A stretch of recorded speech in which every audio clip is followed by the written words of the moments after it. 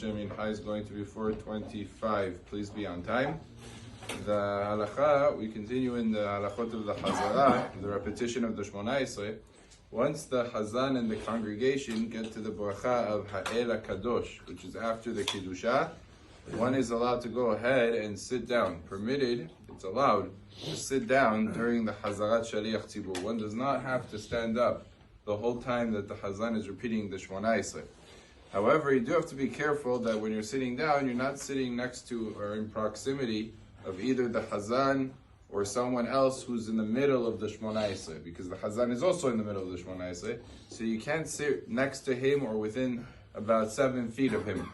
You have to sit in a little bit of more of a distance, because to sit next to a person who's praying is not permitted, unless the person is very visibly not feeling well or he's elderly, and then there are opinions that hold that it's permitted even to sit next to somebody who's praying.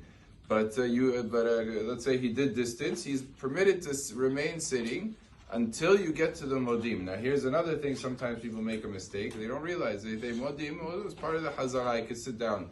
No, when the Chazan gets to modim, you have to also say modim. And you can't say modim sitting down. You have to stand up. So anybody that's sitting down during the Hazara has to stand up when he gets to modim anachnu lach.